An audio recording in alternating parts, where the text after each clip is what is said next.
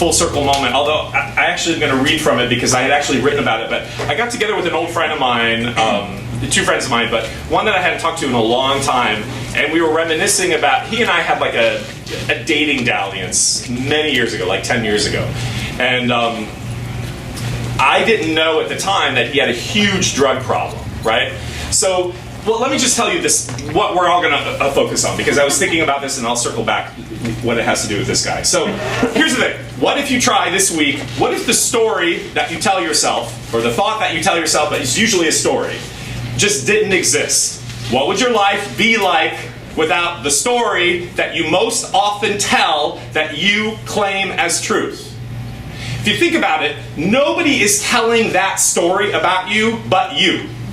Because everybody else is walking around telling their own crazy-ass story, which if you really start to break it down, you realize like everybody on the planet is walking around in some bizarro fiction, which somebody needs to do a Netflix show about that, because we're all in some weird, distorted reality. It's not truth.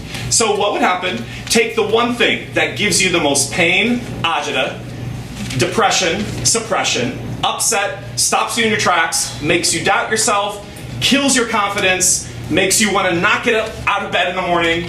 What if you just tried, what would your life be like without that one thing? Can we try that? Because the truth is, like I just said, it's not real. It only feels real because you tell it to yourself all the time. So fast forward to my friend that I had a coffee with, and we were just laughing because we talked about when we dated, and I kind of like had it in for him really bad back then, and then, yes I did, and then he disappeared. So of course I had some crazy ass story in my head. Woe is me, what's wrong with me, I'm unlovable, whatever.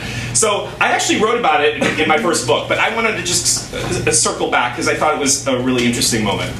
So, I don't know, one of my instructions is about 25 ways to get out of our head. So one of them was reinterpret the thought, but I'm just saying a little bit different tonight. What if that story just didn't exist? So find a new way of interpreting a situation that you're convinced is your fault or makes you feel as if you are unlovable or untalented or a loser. Years ago, I went out on a few dates with this guy who was funny and nice, and I thought at the time a keeper. I mean, he was hot. I don't know why I didn't write that, but anyway. I never heard from him again. I immediately took the brain drain train. What's wrong with me? I'm unattractive. No one's ever going to love me. I expended a shit ton of energy beating myself up and making myself feel inadequate and further confirming my worst fears and lies about myself. Eventually, I got over it. True story. Fast forward to 3 years later, I run into the same guy out of the blue at the gym. Out of the blue, he says, "Hey Tony, I'm sorry about what happened a few years ago. I was really going through some rough stuff and I didn't even know how to show up in my own life. I'm sober now, and I just wanted to make amends." Right? So for so long, every time I heard about him, or thought about our interaction, and I never heard from him again, I interpreted it based on this story that was conveniently told for myself that supports all of the incorrect ways that we tell our own narrative. Let's just change that. And what to me was the last part of it that was, I actually just thought he had an alcohol problem, but he had a huge drug problem. Not that any drug is, please, we're all addicted to this. We're all addicted to something. But I just thought that was an interesting coda that he had come very clean about his own challenges.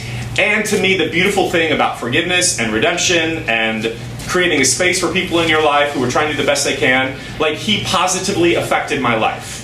I had remembered that I had written about him and I hadn't thought about it. I was like, I think you were in my book. So I'm going to send him a book. I don't name him by name. Yeah. But isn't that amazing? This to me is the forward course correction of life itself. But you got to open your heart. You got to open your heart to be able to receive someone that in your interpretation did you bad.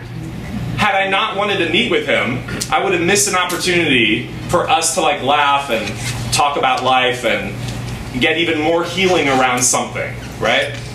So that's the point. Can we try that? Yes. No narratives that aren't true. They're just not true. I know you believe they are, but they're not. Hi, I'm Shailene Woodley. Hi, I'm Ruby Rose. Hey, I'm Sean Brown. Hi, I'm Brianne Howie. Hey, how's it going? You always learn from your worst auditions,